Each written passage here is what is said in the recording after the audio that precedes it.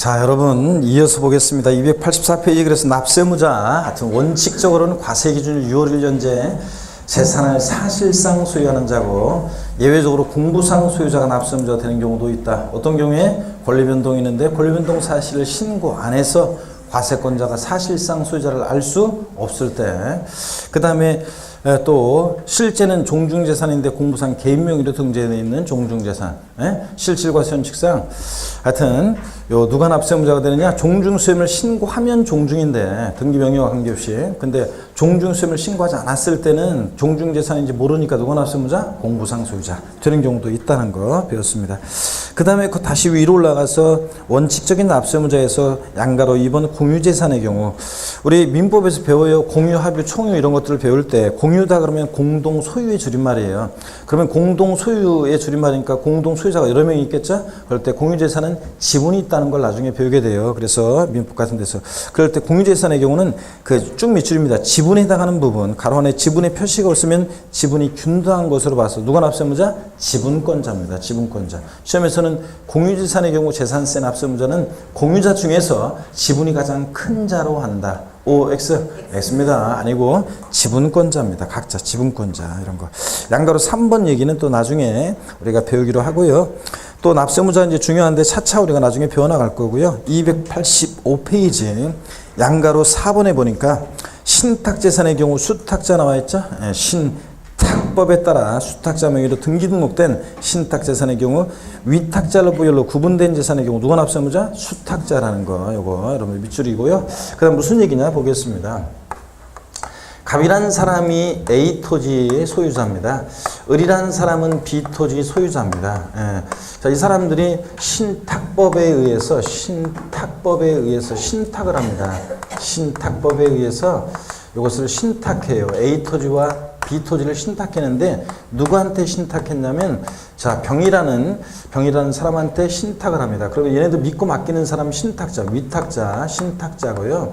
그 다음에 믿고 맡는 사람 수탁자가 있어요. 그랬을 때 위탁자별로 구분된 A 토지와 B 토지에 대해서 재산세 납세무자는 누가 될 것이냐 그런 얘기입니다. 그랬을 때 자, 신탁하게 되면 A 토지와 B 토지는 이게 병명의로 이제 등기가 돼요. 그랬을 때 대외적으로는 수탁자 소유가 됩니다. 그렇지만 대내적으로는 여전히 누구 소유가 되느냐? 자, 대내적으로는 여전히 이 위탁자 거잖아요. 믿고 맡긴 것 뿐이잖아요. 믿고 맡은 것 뿐이고. 자, 그랬을 때 재산세 납세무자는 원칙적으로 어떻게 됐었냐면 실질과세원칙에 따라서 수탁자 명의로 등기가 되더라도, 자, 명의와 상관없이 세금의 귀속은 실질적으로 해라. 그래서 이게 예전에는 위탁자가 납세무자였었어요. 그런데 이게 바뀌었단 말이지, 작년부터. 그래서 누가 납세무자 되냐면 수탁자가 납세무자가 됩니다. 이렇게 바뀌었어요. 그래서 25회 시험 전에 수탁자로 바뀌고 나서 그 해에 무조건 나올 거라는데 무조건 나왔어요. 위탁자를 납세무자한테 이렇게 바꿔서 나왔었습니다.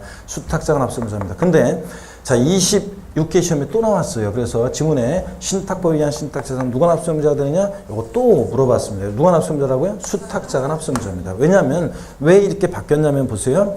예전에는 실질과세원칙에 따라서 등기 명의와 상관없이 세금의 귀속은 실질적으로 해요. 그래서 실질권이죠. 위탁자 거니까 위탁자 납세무자로 했었어요. 그렇게 하다 보니까 어떤 문제점이 생겼냐? 갑이라는 사람이 잔머리를 써요. 자기 명의로 된 재산을 전부 다 신탁해 놓고요. 그 다음에 자기 명의로 된 재산 하나도 없게 만들어 놓고, 그리고서 뭐 세금 낼 게 있으면 나 배째라로 나가. 난 아무것도 없어 내 거. 자, 이런 식으로 하니까 잔머리 부린 그걸 막기 위해서, 조세 포탈한 걸 막기 위해서 이제 수탁자로 바꿨어요. 그러니까 이제 수탁자로 바꾸니까 수탁자에게 재산세를 부과하니까 수탁자가 어떻든 간에 위탁자한테 돈 받아가지고 세금 내야 될 거 아니에요. 자, 그래서 그런 식으로 안 하면 또 요거 압류해버리니까. 자, 그래서 이런 식으로 바꿨습니다. 세금 징수를 위해서.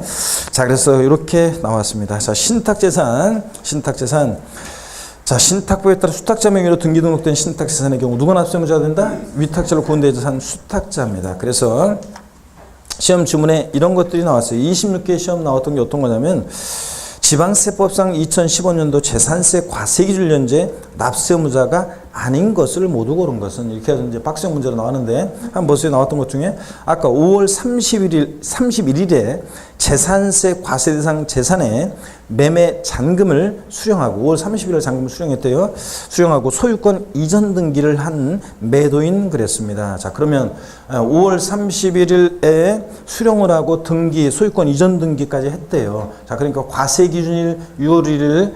자, 보세요. 아까 배웠던 거 갑과 을이 거래를 하는데 5월 31일 날, 이거 맨날 제가 예를 들었던 5월 30일 날 잔금도 치르고, 자, 갑과 을이 거래하는데, 잔금도 치르고 등기까지 됐대요. 등기까지 됐대요. 자, 아까 제가 예를 들었던 것은 과세 기준 6월 1일 이전에 6월 20일 날 등기된 것을 아까 예를 들었었잖아요. 등기가 안 됐, 자, 권리 변동이 있는데, 자, 과세 기준일까지 권리 변동이 있는데 등기가 이행이 안 됐을 때는 공부상 소유자가 이런 걸 신고해 주게 돼 있잖아요. 그런 것을 이제 그 규정을 이제 고려하지 않게 하기 위해서 자, 등기를 언제 했냐면 5월 30일 날 잔금 치르고 또 그다음에 잔금도 받고 그다음에 등기까지 했답니다. 등기 전까지 했대요. 매도인이. 자, 그랬을 때 당연도 재산세 납세무자는 누구냐 그러면 당연히 자, 6월 1일 과세 기준일 날 봤을 때 사실상으로도 그렇고 공부상으로도 그렇고 누가 소유자가 돼요?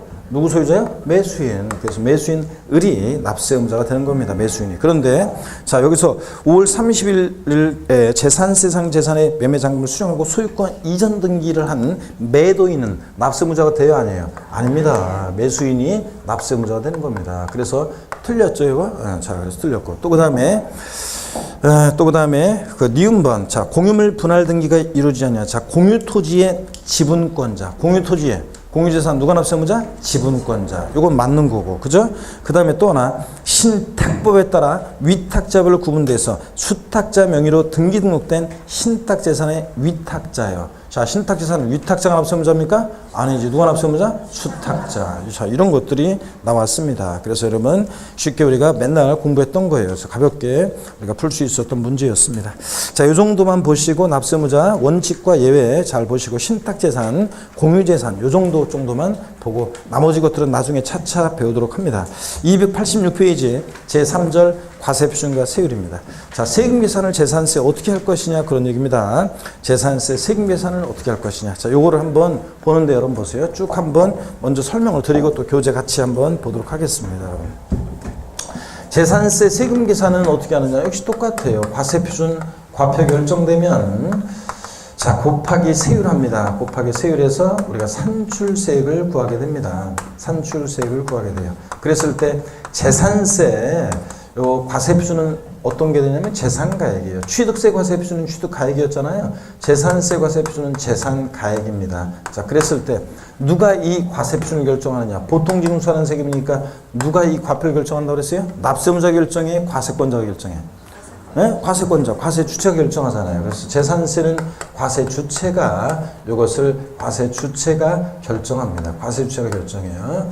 자, 과세주체가 결정하는데 재산세 과세표준은 개인 소유, 법인 소유, 개인 법인 소유를 구별하지 않고 개인 소유 재산이든 법인이 소유하는 재산이든 구별하지 않습니다. 않고 항상 지자체장이 재산세 과세표준은 뭐로 결정하냐. 우리 지자체장이 항상 세금 계산할 때 지자체장은 무엇으로 세금 계산한다? 시가 수준액으로 자, 계산한다고 그랬습니다, 여러분. 자, 그랬죠, 여러분? 그래서 시가 표준액을 기준으로 합니다. 시가 표준액을 기준으로 해요. 시가 표준액으로. 자, 시가 표준액을 기준. 시가 표준액을 기준으로 합니다. 기준으로. 자, 이렇게 해서 시험에서 요거 알고 있는지를 여러 번 물어봤었고요. 또 그 다음에 이번 자 26회 시험에서 지난 26회 시험에서 이런 것들을 물어봤어요. 여러분 어떻게 물어보느냐. 법인이 소유하는 재산의 경우 재산세 과세표는 자 법인 장부상 입증되는 가격으로 한다. OX요. 법인이 소유하는 재산, 법인 장부상 입증되는 아니에요. 법인 소유 재산도 무엇으로 과표 결정한다고요? 시가표준액을 기준으로 결정합니다. 시가표준액을 기준으로. 자, 그 다음에 또 보도록 보세요. 국가나 지방자치단체로부터 취득한 재산은 그 사실상 취득 가격을 재산세 과세표준 금액으로 한다. OX예요. 재산세 과세표준 금액은 자 국가나 자치로부터 취득한 재산은 그 사실상 취득 가격으로 한다. OX. X입니다. 국가나 지자체로부터 취득한 재산이요. 취득세 등록면허세는 시가편액보다 높든 낮든 그 사실상 취득가격으로 해요. 그런데 그거 취득해서 갖고 있을 때 보유세인 재산세요. 10년 전에 시가편액 1억짜리인데 자, 지자체로부터 8천만 원이 취득했어요. 취득세 등록면허세는 계산할 때 8천만 원이 되지만 시가편액 관계없이. 근데 그거 부동산 가격이 10년 동안 상승하든 말든 처음에 사실상 취득가격 8천만 원으로 계속 재산세가 부과된다. 말도 안 되겠죠, 여러분들? 그러니까 국가나 지자체로부터 취득한 재산도 재산세 과세 표준은 뭐로 결정한다? 시가편액을 기준으로 합니다, 여러분. 항상 자, 지자체장은 승계산할 때 무엇으로 계산한다? 시가편액으로. 속 하나 먹으면 돼요, 안 돼요? 안 돼요, 여러분들. 그래서 이번에도 또 그거 알고 있는지를 물어봤어요. 네, 이따 또 문제 지문 알려드릴게요. 자, 그 다음에 다만 그런데 재산세에서 토지 건축물 주택의 경우에 재산세 과세 기준은 어떻게 결정되냐면 과세 기준일 6월 1일 현재 시가표준액으로 하는데요. 시가표준액을 기준으로 하긴 하는데 이 시가표준액이 과세표준되는데 다만 바로 시가표준액이 과세표준되는 게 아니라 토지 건축물 주택은 이 시가표준액에다가 공정 시장 가액 비율이라는 걸 곱해요. 공정 시장 가액 비율이라는 것을 곱합니다. 이 곱한 금액인데 공정 시장 가액 비율이라는 것은 대통령령으로 정해지는데요. 이건 법률 내용이고요. 지방세법 법이고 이거는 지방세법 시행령 내용인데 대통령령으로 정해지는데 부동산 시장 동향과 지방재정 여건 등을 고려해서 정하는 일정 비율을 곱해줘요. 그래서 현재 이거 바뀔 수는 있지만 현재 토지 건축물 같으면 이 공정시장가의 비율이 70%예요. 100분의 70 곱한 금액. 그 다음에 주택 같으면 단독주택이든 공동주택이든 고급주택이든 일반주택이든 별장이든 자우당간 주택이다 그러면 이거 60%를 곱한 금액입니다. 그러면 이게 어떤 얘기인지를 한번 보겠습니다. 자, 이게 어떤 얘기냐면 이런 얘기예요. 예를 들어서 어떤 토지가 있는데 토지분 재산세를 부과하려고 하는데 어떤 토지 시가표준액은 개별 공시지가입니다. 토지 시가표준액은 개별 공시지가가 1억 원인 토지가 있습니다. 그러면 이 토지의 재산세 과세표준 금액은 얼마냐? 얼마입니까? 재산세 과세표준 금액은 얼마예요? 예?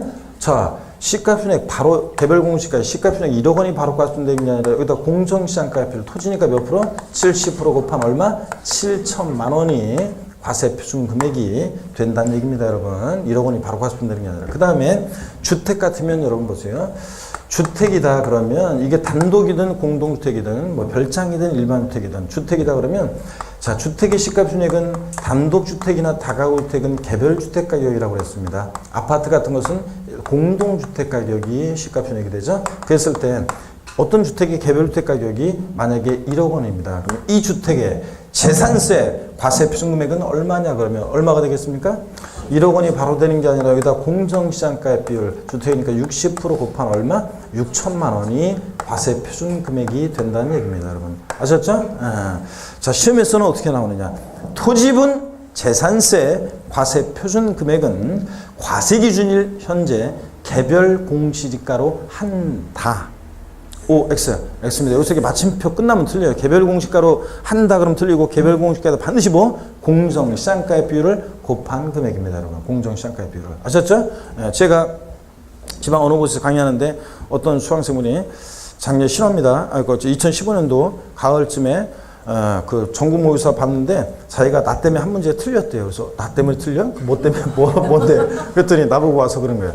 교수님, 토지 재산세 과세 표준은 그 과세기준제 개별 공시지가에 100분의 70을 곱한 금액으로 한다. 이 지문 이거 틀린 거잖아요. 그래서 왜 틀려? 그랬더니 나보고 반드시 재산세 과세표 결정 시에는 공정시장가액 토지건축주택은 반드시 곱하라고 그랬잖아요. 반드시 곱해야지. 그랬더니 이거 틀렸잖아요. 그러면은 그래서 왜 틀렸냐 그랬더니 자, 개별 공시지가에다가 개별 공시가에 100분의 70을 곱한 금액으로 한다. 틀렸대요, 이 지문이. 왜 틀렸냐고 그랬더니 공정시장가액 비율이라는 말이 없잖아요. 나보고 그러면서 반드시 재산세 과세표 결정 시에는 토지건축주택은 공정시장가액 비율을 곱해야지 안 곱하면 틀리다고 했는데 공정시장가액 비율이라는 말이 없대요. 자, 여러분 100분의 70을 곱하면 이게 100분의 70을 곱하면 이게 공정시장가액 비율이 뭐야 도대체. 그런 응용력도 없어가지고 나한테 질문을 했다 내가 구사리만 내가 엄청 하고 그냥 그렇게 눈치가 없어서요. 공정시장가액비율을 곱한 금액으로 한다. 이렇게 한글로 이렇게 나오거나 아니면 뭐 저 시가순액에다가 또는 뭐 토지 같으면 개별공시지가가 토지 시가순액이니까 개별공시가의 100분의 70을 곱한 금액으로 한다. 이건 같은 말이잖아 다 여러분. 근데 그것도 모르고 그래가지고 나한테 구사리 엄청 먹었는데 그 수강생이 몇 년 떨어졌었는데 떨어진 수강생인데 올해 합격했어요 여러분들. 아 진짜 나 진짜 내 그 질문을 받는 순간 인간이 이게 지금 초짜도 아니고 말이야 지금 1, 2월 달도 아니고 처음 공부하는 수강생도 아니고 이게 재수생인데 이걸 몰라가지고 이걸 저 나한테 따지러 오고 말이야 이게 인간이 이거 큰일 났네 이거 걱정했는데 다행히 그래도 붙었네 그래도 아이고 네 진짜 좀 그냥 그래서 예.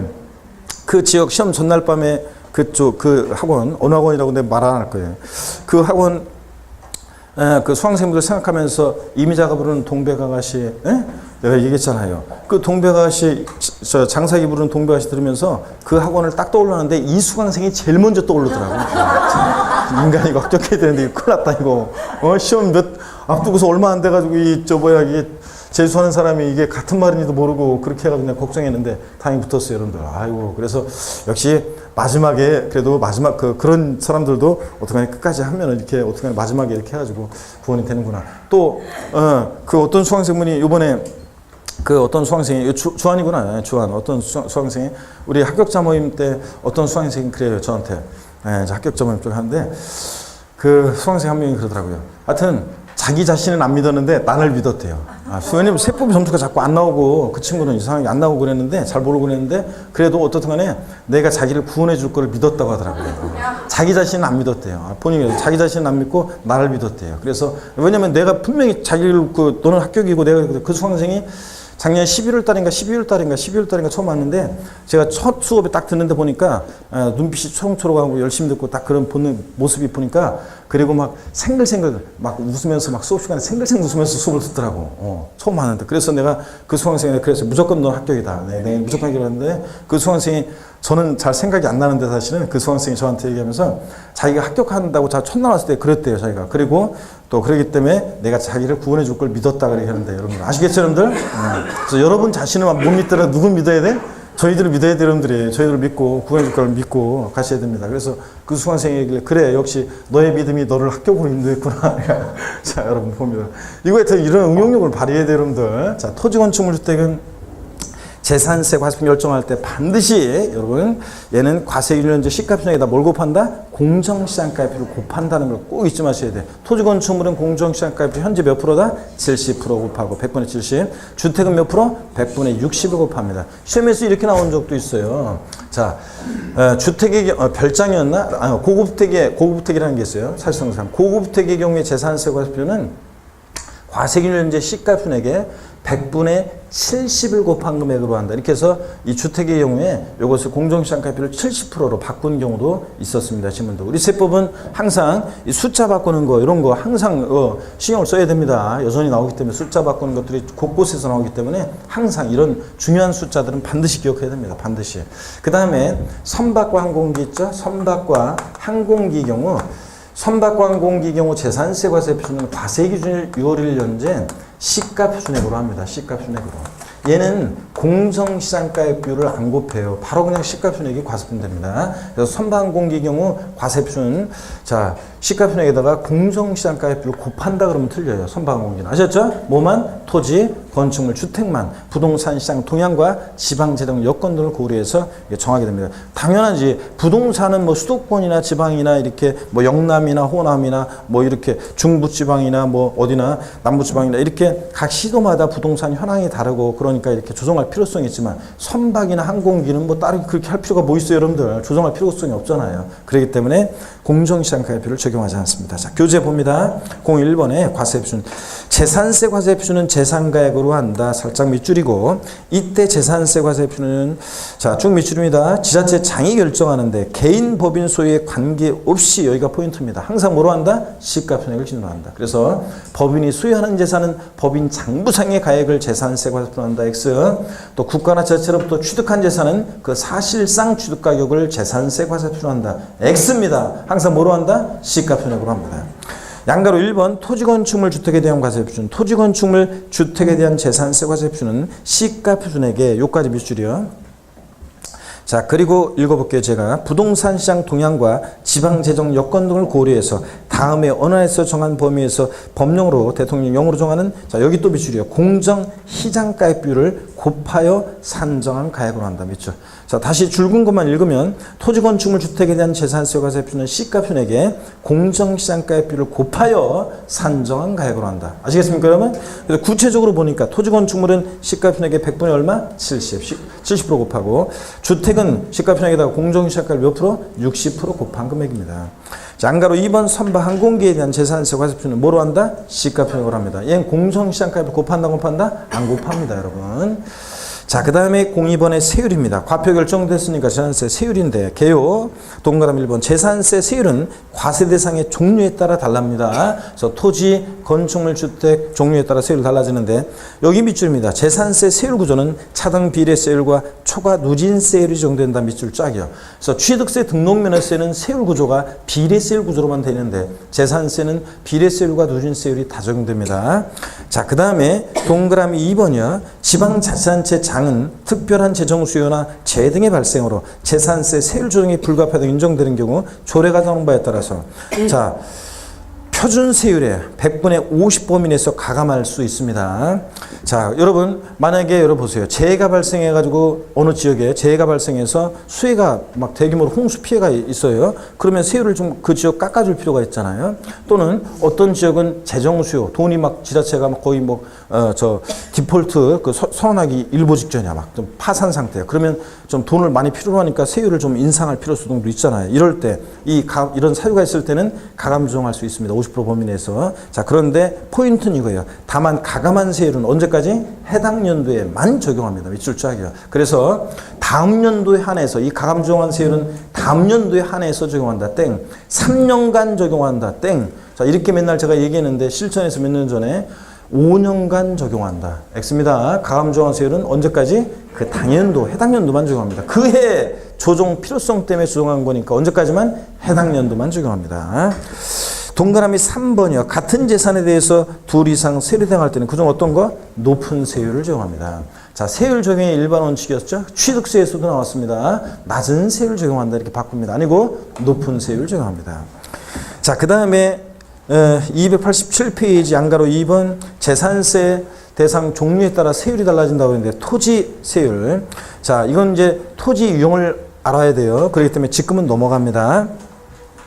여러분, 비례세율이라는 것은 과표 크기와 상관없이 세율이 일정한 거예요. 그 잠깐 참고적으로 표를 보니까 분리대상 토지 동그라미 1번에서 표를 보니까 저율 분리대상 토지 그래가지고 농지, 목장, 임야 이런 애들은 예를 들어서 농지다 그러면 1억짜리 농지든 5억짜리 농지든 세율은 뭐라고요? 1000분의 0.7이니까 0.07% 세율이 정돼요. 1억짜리 취득해도 0.07%, 5억짜리 보유해도, 취득이 아니라 보유해도 5억 곱하기 0.07 이런 식으로 이게 비례세입니다. 과표 크기와 상관없이 세율이 일정해요. 근데 동그라미 2번 종합합산상 토지라는 걸 잠깐 보세요. 나중에 이제 우리가 배울 건데요.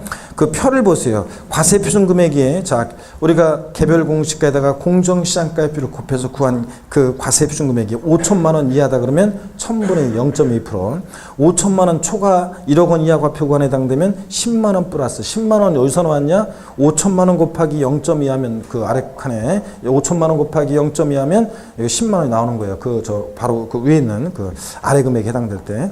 그 다음에 5천만 원 초과 금액에 대해서는 1000분의 3, 0.3% 곱합니다. 그러니까 무슨 얘기냐? 과세 누진세율이 정도예요. 그러니까 과표 크기와 그 커짐에 따라서 세율이 점점 높아져요. 자, 0.2, 0.3, 0.5 이게 누진세율이에요. 과표 커지니까 세율이 높아지죠. 근데 초과 누진세율이라는 게 무슨 말이냐? 자, 보세요.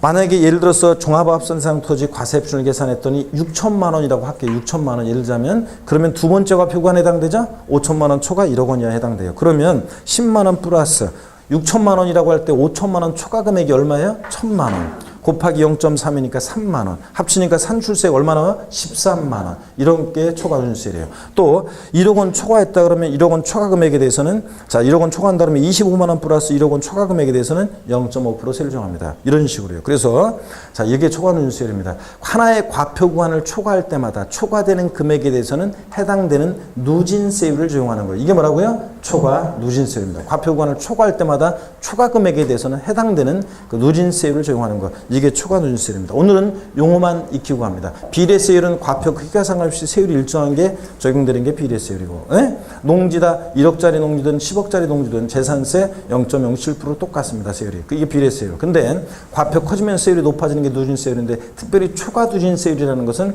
하나의 과표 구간을 초과할 때마다 초과되는 금액에 대해서 해당되는 누진세율을 적용하는 거. 이게 뭐라고요? 초과 누진세율.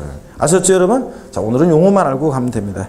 그 다음에 나중에 이제 재산의 종류에 따라서 세율을 자세히 우리가 다 배우게 돼요. 분비는 종류에 갔더니 별로였더라 하면서 세율 구조도 외우고 또 025, 05, 125 세요 안 오면 죽어 비례세율 뭐 이러면서 건축물 세율도 외우고요. 자, 지금은 여러분들이 나중에 할 일이고 용어만 익히고 갑니다. 그리고 재산세 세율. 자, 비례세율과 누진세율 다 적용되는데 지자체장이 표준 세율의 50% 범위에서 가감 적용할 수 있고 가감 조한 세율은 언제까지? 해당 연도에만 적용하고 재산세는 세율 중에 일반으로 적용되기 때문에 동일한 대상 물건이 2개 이상의 세율이 더난다. 표준 세율도 적용되고 중과 세율도 적용되고 그러면 높은 세율을 적용한다. 아셨죠? 이런 정도 알고 가면 됩니다. 과감하게 넘기시고요. 신경 쓰지 말고요. 289페이지 제3절 납세 절차입니다. 자, 보시니까 징수 방법이 나옵니다. 자, 먼저 과세 기준이요. 재산세는 보유세다 보니까 뭐가 있다고 그랬어요? 과세 기준일이 있다고 그랬습니다. 자, 재산세는 항상 뭘 판단할 때 언제를 기준으로 판단한다? 과세 기준일을 기준으로 판단합니다. 매년 언제다? 6월 1일로 합니다. 이건 상식입니다. 그래서 재산세 과세 기준일은 뭐 매년 7월 1일 현재로 한다. 아닙니다. 언제? 6월 1일입니다. 자, 질문 하나 드릴게요. 안 배운 거지만 한번 찍어보세요, 여러분들. 안 배운 거지만 나중에 배울 내용인데 한번 찍어보세요. 맞는지 틀리는지. 재산세 물납하는 부동산의 평가는 재산세 물납하는 부동산의 평가는 매년 12월 31일 현재 가격으로 한다. OX요. 재산세 물납하는 부동산의 평가는 매년 12월 31일 현재 시가로 한다. X입니다. 자, 항상 재산세는 뭘 판단하면 언제를 기준으로 판단한다고요? 6월 1일 현재 가격으로 판단하는 거지 12월 30일 아닙니다. 여러분 아셨죠? 이런 응용력을 발휘해야 돼요. 여러분들이. 자, 그 다음에 양가로 2번 납기입니다. 재산세 납부기간, 납기는 과세 대상의 종류에 따라 달라져요. 이 납기는 상식입니다, 여러분들. 상식처럼 항상. 제가 맨날 얘기했죠? 이건 상식, 그냥 우리가 반드시 그냥 기본적으로 이거는 알고 가는 거예요. 이건 무조건 그냥. 그래서 대상 종류에 따라 납기가 다르죠. 자, 22육회 시험 지문에도 종합문제 속에서 지문이 나왔는데요. 자, 토지분 재산세 납기는 언제냐? 9월 16일부터 9월 30일까지로 합니다. 중간부터 시작해요. 9월 1일이 아니라 9월 16일부터 30일. 자, 그 다음에 건축물 선박한 공기는 7월 16일부터 7월 31일까지를 납기로 합니다. 그 다음에 거기 보니까 주택의 경우는 해당 연도에 부가징수할세액이 2분의 1은 7월 16일 31일까지 나머지 2분의 1은 9월 16일부터 9월 30일까지를 납기로 합니다. 여러분 주택분은 두 번 나누어 징수하는 게 원칙입니다. 여러분. 에? 자, 보세요. 어디 땅 가지고 있어요. 어떤 사람이 상가를 갖고 있어요. 이 사람들은 부자예요, 안 부자예요? 부자지. 여러분들은 아이고 집도 없으면서 어디 땅만 갖고 있는 사람이 있을 거야? 그런 사람들 어디 땅 가지고 있다, 상가를 갖고 있다 이런 사람들은 당연히 집은 기본이고 그 다음에 어디 땅이 있거나 상가가 있는 거니까 이런 사람들은 부자야 안 부자야? 부자입니다, 여러분들. 자, 그런데 물론 큰 부자는 아니어도 어떤 간에 땅을 얼마나 갖고 있냐, 상가를 어떤 걸 갖고 있냐에 따라서 물론 달라지지만 그래도 기본적으로 우리가 부자라고 해야 하는 거 해야죠. 부자지. 그러다 보니까 돈 좀 있는 사람이니까 이런 사람들은 토지나 건축물은 한 번에 징수합니다. 근데 주택은 천차만별입니다. 그죠? 그래서 서민들과 관계됐기 때문에 주택은 재산세 납부 부담을 줄여주기 위해서 두 번 나누어 징수합니다. 이렇게 7월달하고 9월달하고. 그래서 여러분 집으로 재산세 고지서가 어떤 집은 이렇게 두 번 날라와요. 이게 기본이에요. 두 번 날라옵니다. 두 번 날라오는 게 기본인데 이렇게 꼭 배움에도 불구하고 꼭 수강생분들 중에는 어떤 분들이 계시냐면 가을에요. 교수실을 놓고 합니다. 그래서 그러면은 음료수 하나 빼갖고 저기 교수님 이거 좀 드세요. 저기 뭐 하나 물어보려고 하는데요. 물어봐요. 그러면은 자 주섬주섬 고의수 한 장을 꺼내죠. 제가 분명히 여름에 세금을 낸 것 같은데요. 또 이렇게 자 고의서가 재산세 내라고요. 또 이렇게 고의서가 날라왔어요. 이럴 때는 어떻게 해야 하나요? 이러면서 물어보는 수강생들 꼭 있습니다. 예. 그런 수강생분은 음료수를 빼갖고 왔어도 욕만 먹고 가지요. 예? 욕만 먹고 가는 거지. 꼭 이 두 번 징수한다고 배우고서 듣고 고의서 날라면 당황해가지고 자, 두 번 나눠 징수하는 게 원칙입니다. 다만 거기 보세요. 다만 해당 연도에 부과할 세액이 자 당연히 이건 뭐 이런 거 밑줄인 거 10만 원 이하인 경우에는요. 조례가 정한 바에 따른 납기를 7월 16일부터 31일까지로 해서 한꺼번에 부가징수해야 한다는 것보다 할 수 있습니다. 여러분 잘 보세요. 예, 우리가 재산세 이렇게 두 번 나눠 납기는 주택분은 두 번 나눈 게 징수하는 게 원칙인데 상주세액이 주택분이 10만 원 이하예요. 그거 얼마 안 되잖아요, 여러분들. 10만 원도 안 되는 걸 갖다 이하 돈을 두 번 저 내라고 고의서 보내면 만드는 사람이나 내는 사람이 서로 불편하잖아요. 그러니까 자 주택분 상주세액이 10만 원 이하일 때는 자 7월 달에 한꺼번에 부가징수 해야 한다는 것보다 할 수 있습니다, 여러분. 그죠? 예. 자 그런데 그러니까 여러분은 저 어떤 분은 재산세 고의서가 두 번 날라오는 분도 있고요. 어떤 분은 한 번 7월 달에 나오고 안 나오는 사람도 있습니다. 가격에 따라서 10만 원 이하일 때 그렇습니다. 자 그러면 질문을 드리겠습니다. 기출됐던 건데 잘 들어보세요.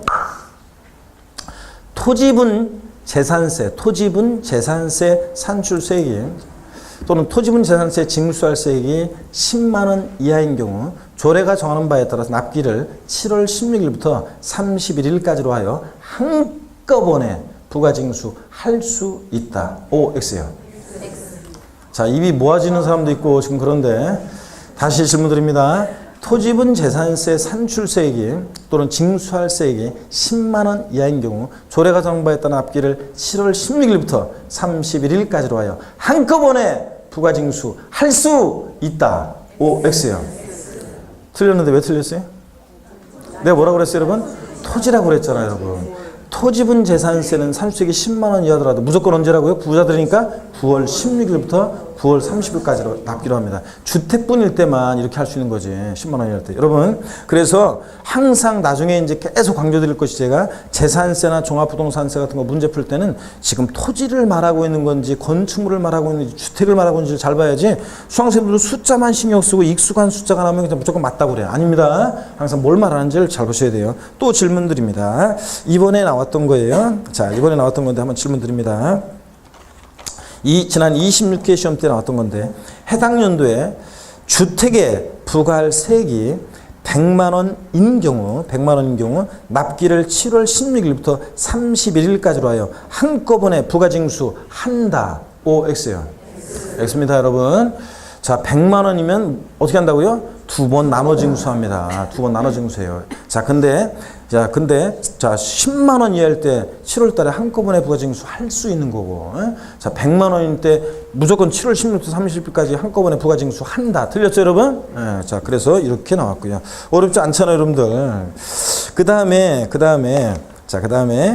그러고 보니까 아까 저 질문을 좀 더 한번 드려볼게요. 저 질문을,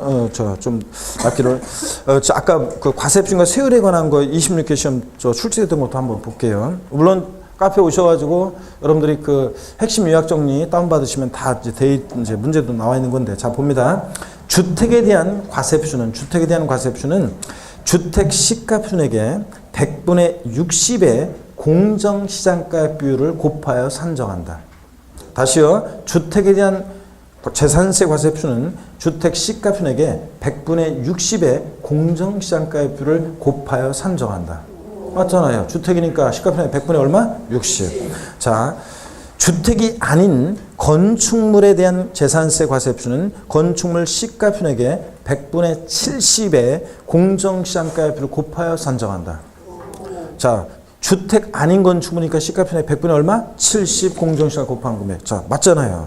그 다음에 뭐 같은 재산에 대해서 둘 이상 세율 정할 때는 그중 어떤 거? 높은 세율을 적용한다. 또 정답지문 토지에 대한 과세표준은 사실상 취득가격이 증명되는 때는 장부가액으로 한다. 토지에 대한 재산세 과세표준은 사실상 취득가격이 증명되는 때는 장부가액으로 한다.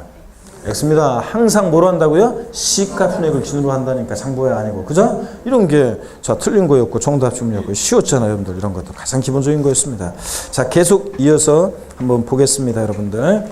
자 289페이지 동그라미 2번 계속 봅니다. 아래 지자체 장은 과세 대상의 누락 위법 착오 등으로 인해서 임의 부과세액을 변경하거나 수시 부과할 사유가 발생하면 수시로 부과 징수할 수 있다는 거예요. 자, 그래서 할 수 있다, 할 수 없다고 바꿔서 나온 적도 있고 옛날 시험에 저를 봅니다, 여러분.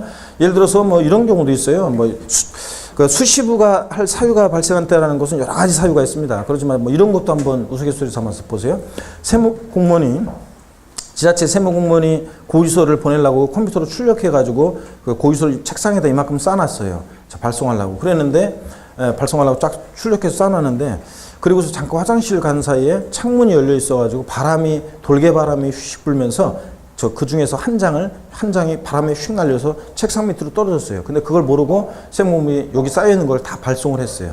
나중에 어느 날 일하다가 잘못하다가 볼펜이 툭 떨어져 밑으로. 그래서 볼펜을 주려고 했더니 뭐 종이 한 장이 떨어져 있네? 이게 뭐야? 딱 봤더니 고지서 한 장을 안 보낸 게 있네? 그냥 보냅니다, 여러분들. 뒤늦게라도. 자, 이렇게 수시부가 징수할 뭐 등등 여러 가지 사유가 있어요. 수시부가 징수할 사유가 발생하면 수시부가 징수할 수 있습니다. 넘어갑니다. 양가로 3번 납세지입니다. 지방세니까 납세지는 당연히 어디로 가야 돼, 여러분들? 납세지 어디로 가야 돼? 예? 물건 소재지로 가야지. 원칙 물건 소재지로. 그래서 토지분 재산세 납세지는 어디고? 토지 소재지. 건축물 건축물 소재지. 주택은 주택 소재지를 납세지로 합니다. 근데 시험에서는 주택분 재산세 납세지는 주택 소유자의 주소지 시군구이다. 오, X예요. X입니다. 지방세는 어디? 물건 소재지입니다. 선박항공기는 예외적으로 주소지가 하는 예외도 나오긴 나오지만 신경 쓸 거 없습니다. 토지 건축물 주택만 납세지 하면 돼요. 부동산 수혜지. 양가로 4번 징수방법. 재산세는 보통 징수방법으로 징수됩니다. 고지서를 통해서. 자, 동그라미 지역번 재산세는 관할지자체장이 세액을 산정하여 보통징수 방법으로 부과징수한다. 그렇죠, 여러분? 재산세는 보통징수 방법으로만 징수된다고 그랬어요. 고지서 날라왔는데 종부세하고 헷갈려가지고 휴통에 버리고 신고납부 선택할 수 있어요, 없어요? 없어요. 보통징수고. 동그라미 니은번 재산세 징수하려면 토지건축물 주택 선박 및 항공기로 구분한 납세고지서에 과세표준과 세액을 적어서 늦어도 납기 개시 며칠 전까지? 5일 전까지 발부해야 한다며 주죠. 그래서 요거 26회 시험 지문에 그대로 나왔어요. 납기 개시 며칠 전까지? 5일 전까지 발부. 납기 개시 전까지 발부해야 한다 그러면 틀려요. 며칠 전까지? 5일 전까지 발부해요. 그래야지 미리 준비하지. 동그라미 2번입니다. 재산세, 고지서의 병기되는 조세, 지역자원시설세입니다. 특정 부동산에 대한 지역자원시설세 밑줄입니다. 계속 의 납기와 재산세 납기가 같을 때는 재산세 납세 고지서에 나란히 적어서 병기에서 나란히 적어서 함께 고지할 수 있다는 거 밑줄 쫙이요. 자, 어떤 얘기냐면 우리가 여러분요 여기 보세요. 재산세 고지서를 보면요. 자, 집에 가서 재산세를 배우신 분들, 이제 재산세 집에 가서 고지서를 한번 뒤져서 보세요. 보면은 이제 배운 내용들이 막 주옥같이 나옵니다. 재산세 고지서를 보면 재산세 얼마, 부가세인 재산세 부가세인 지방교육세 얼마, 그 다음에 지역자원시설세 자 얼마 이렇게 내라고 돼 있어요. 지역자원시설세 중에서도 특별히 특정 부동산분 지역자원시설세 얼마 이렇게 내라고 돼 있습니다. 여러분 우리 지역자원시설세는 어떤 세금이냐? 지역 간의 균형 발전과 수자원 보호, 공동시설 같은 이런 것들을 유지 관리할 목적으로 부과하는 목적세입니다. 우리 목적세, 조세 수입 용도가 특정된 목적세, 교농지지, 지방세 목적세에서 지역자원시설세, 지방교육세가 목적세였는데 이 지역자원시설세는 특정 자원분이라는 것과 특정 부동산분이라는 걸로 나눠지는데 다음 1월 달에 좀 더 자세히 배울게요. 특정 부동산분 지역자원시설세는 소방시설 같은 공동시설을 유지관리할 목적으로 특정 부동산 보유자에게 부과해요. 그러다 보니까 이 지역자원시설세 특정 부동산분 또는 특정 부동산분 지역자원시설세는 부동산 보유시에 부과되기 때문에 재산세도 부동산 보유당에서 부과되잖아요. 많은 공통점이 있어요. 그래서 재산세가 출동하는 곳이면 지역자원시설세 특정 부동산분도 꼽사리 껴서 어지간하면 같이 따라다녀요. 자, 물납 요거만 안 따라다녀. 재산세 물납 허용되죠? 근데 지방세에서 물납은 뭐만? 재산세만 허용돼. 그런데 지역자본시설세 특정부동산 물납은 허용되지 않지만 웬만하면 다 따라다녀. 부동산 재산세가 둘 다 부동산 보유단계에서 부과되는 세금이고, 나중에 정리해드려요 또. 그 다음에 과세 기준일은 둘 다 6월 1일이고, 납세무 성립시기도 똑같고, 보통징수로 징수되고, 재산세 많은 규정을 지역자본시설세 특정부동산분이 준용 따라가요. 납기 같은 것도. 그랬을 때 둘 다 보통징수로 징수되는데 납기가 같아요. 그럴 때 같은 무렵에 재산세 고지서 따로 만들고 지역자본시설세 특정부동산분 고지서를 따로 만들어서 보내면 만드는 비용도 들고 만드는 사람이나 받는 사람이나 서로 귀찮잖아요. 그러니까 재산세 고지서에 지역자본시설세 특정부동산분 납기가 같을 때는 재산세 고지서에 나란히 적어서 병기에서 나란히 적어서 고지할 수 있는, 병기 고지할 수 있는 세목입니다. 그래서 재산세 병기 고지되어지는 세금 어떤 거? 지역자본시설세 특정부동산분이요. 아셨죠 여러분? 그런 거. 그 다음에 동그라미 3번 소액징수 면제예요. 소액은 징수를 면제하는데요. 고지서 한 장당 재산세로 징수할 세액이 2,000원 미만인 경우에 재산세를 징수하지 아니한다. 이런 건 상식입니다, 여러분. 뭐 26개 시험 질문에도 나왔지만 이런 건 상식처럼 하고 있어야 되는데 역시 26개도 나왔었습니다. 자, 여러분.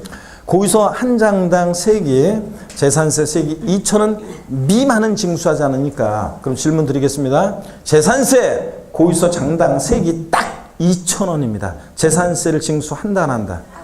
2,000원이면 징수한다 안 한다? 자, 안짜도 들렸어요 지금.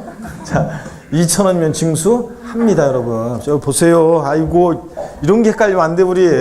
미만이라는 것은 이걸 빼고 아래로잖아요. 예? 그죠? 빼고 아래로 보세요. 빼고 아래로 징수하지 않는데요.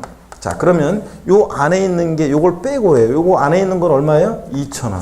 그럼 2,000원은 징수해 안 해? 징수합니다, 여러분. 2,000원 빼고 아래 금액을 징수하지 않으니까 2,000원은 징수하는 겁니다. 취득세는 면세점 정도 됩니다. 취득 가격이 얼마? 50만 원. 부과하지 않는다. 미만으로 바꾸면 틀리고 그러니까 50만 원 포함해서 아래 금액을 징수하니까 취득세는 취득 가격 50만 원일 때는 취득세를 과세하지 않는 거고요. 재산세 고지서 장당 2,000원 미만은 징수하지 않으니까 2,000원은 징수합니다, 여러분. 상식적으로 알고 있어야 됩니다. 자, 그러면 세목별로 한번 정리해 드릴게요. 여기 보세요. 면세점과 소액징수 면제를 한번 정리해 드리면 여러분 봅니다. 면세점, 그 다음에 소액징수 면제예요. 자, 여기 보세요. 소액징수 면제. 세목별로 한번 비교해 드리면 취득세는 면세점 적용되죠? 소액징수 면제는 적용 안 돼요. 등록면허세는 수수료적 성격으로 쓰이기 때문에 공짜로 등기 등록 안 해줍니다. 면세점 규정, 소액징수 면제 둘 다 없습니다. 재산세는 면세점이 적용됩니다. 아이고 안 됩니다. 소액징수 면제 규정이 적용됩니다. 자, 여러분 시험에 이렇게 나온 적도 있어요. 저를 보세요. 취득세와 등록면허세 모두 소액징수 면제에 관한 규정은 적용되지 아니한다. OX요. 취득세와 등록면허세 모두 소액징수 면제에 관한 규정은 적용되지 아니한다. OX요. 이거 보면서 자신이 없어요. 보면서 얘기하니까 취득세와 등록면허세 모두 소액징수 면제에 관한 규정은 적용되지 아니한다. OX. 맞잖아요, 여러분들. 지금 보면서도 뭘 또 망설여. 자, 취득세와 등록면허세는 모두 소액징수 면제 규정 적용되지 않습니다. 취득세는 뭐가? 면세점이. 등록면허세는 면세점, 소액징수 면제 규정 둘 다 없고, 재산세는 뭐? 소액징수 면제 규정이 적용됩니다, 여러분. 아셨죠? 이거 보면서도 이렇게 자신이 없어. 자, 그래서 이렇게 하시고 계속 이어서 봅니다. 양가로 5번 물납과 분할납부는 자세한 요건은 나중에 우리가 차차 배워나갑니다. 물납, 금전납부 원칙에 의해서 물납, 일시불납부 원칙에 의해서 분할납부, 재산세 다 허용되는데 지방세법상 특히 물납은 뭐만 허용된다? 재산세만 허용된다, 이거. 자, 그 다음에 양가로 6번 재산세 세부담 상한이라는 게 어떤 건지 용어만 살짝 설명드리고 넘어갑니다. 자세한 기준은 나중에 배울 거예요. 여기 절 보세요. 세부담 상한이라는 게 있어요. 세금 부담에 상한을 두고 있는 세금들이 있어요. 세부담 상한. 자, 이거는 세금 부담에 상한을 두고 있다는 건데 무슨 얘기냐? 자, 여러분, 우리가요, 세율이 인상이 돼요. 세율이 인상이 되면 사람들이 욕을 합니다. 욕을 하죠. 예. 그러니까 현 정부 들어서서는 특히 내가 진짜 용서 못하는 거는 담배세 올린 거 있잖아요. 담배값 올린 거. 2,500원이었는데 4,500원이 돼버렸어요. 아, 네, 진짜 아주 그냥 옛날에는 10,000원짜리 갖고 가면 거의 4값을 줬는데 지금 2값밖에 안 주고. 그러니까 아주 그냥 진짜 그렇습니다. 자, 어쨌든 하여튼 이런 거는 사람들이 물론 이제 흡연자들은 굉장히 흥분했지만 여러분들 비흡연자들이라든가 여러분들은 아유 끊으면 되지 그냥 그러면서 동조를 안 해주고 그랬어. 내 소문했는데 자 여보세요. 여보세요. 사람들이 간접세라고 그래요. 이런 것들 이제 간접세 같은 것들은 부가가치세 면세 대상이었다가 과세 대상으로 바뀌거나 뭐 등등 막 이렇게 이런 것들은 사람들이 이렇게 이렇게 욕은 그 해당되는 사람들이 욕은 하지만 또 사람들이 잘 몰라요. 우리가 술 먹으면서 뭐 여러분들이 주세 내고 있다는 생각은 꿈에도 생각 못 하잖아요.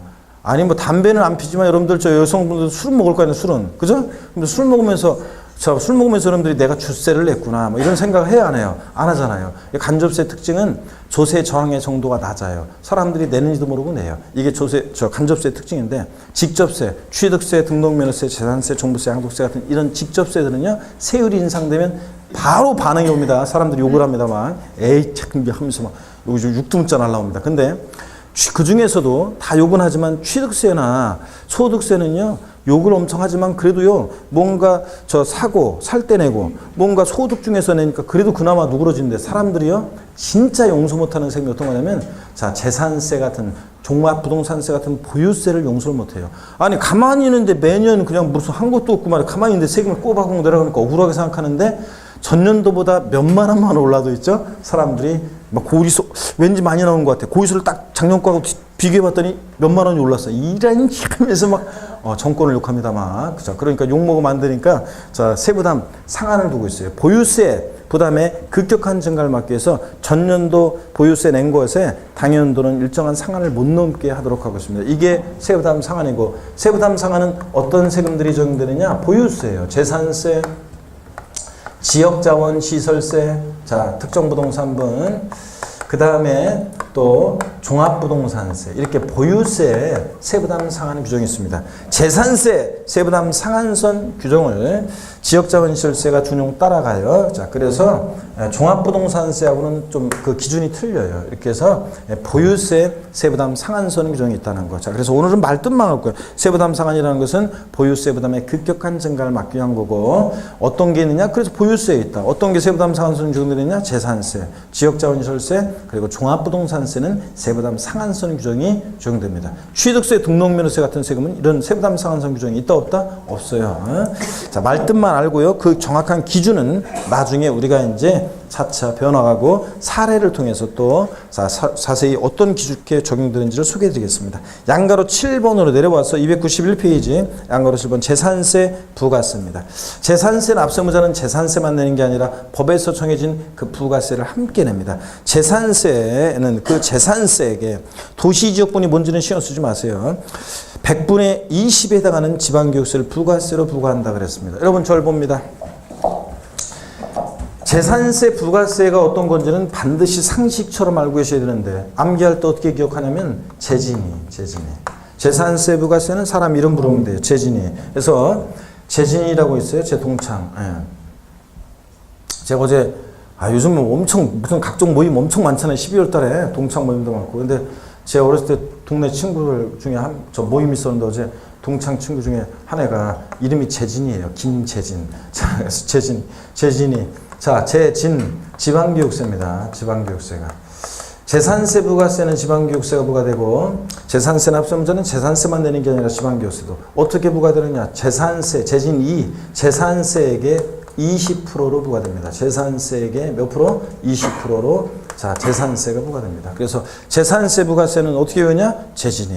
자, 시험에서는 다음 중 부동산 보유 단계에서 부과되는 조세와 그 부가세가 옳게 짝져진 것은 이렇게도 나온 적이 있고, 그 다음에 시험에서 또 재산세 부가세로서는 농어촌 특별세가 부과된다. O, X, X입니다. 재산세 부가세 뭐라고요? 지방교육세. 자, 어떻게 외운다고요? 재진이. 이렇게 외웁니다. 아셨죠, 여러분? 예. 자, 됐고 넘어갑니다. 이렇게 해서 우리가 재산세 다 봤습니다. 성격, 과세 주체, 자, 그 다음에 과세 대상, 납세무자, 과세 표준과 세율, 그 다음에 납세제, 어떻게 징수되는지 납세 절차, 부가세, 뭐 이런 것들을 우리가 다 봤습니다, 여러분. 자, 계속해서 재산세 이제 복습을 이따가 또 뭐 해보기로 하고요. 이렇게 해서 우리가 제1편 조세 총론, 제2편 지방세, 취득세, 등록면허세, 재산세를 다 봤고, 이제 뭐로 넘어가냐? 제3편 국세로 넘어갑니다. 제3편 국세, 종합부동산세하고 양도소득세를 중심으로 우리가 이제 공부를 합니다. 그래서 294페이지, 자, 종합부동산세입니다. 제3편 국세. 잠시 쉬었다가, 자, 이어서 제3편 국세 종합부동산세부터 보도록 하겠습니다.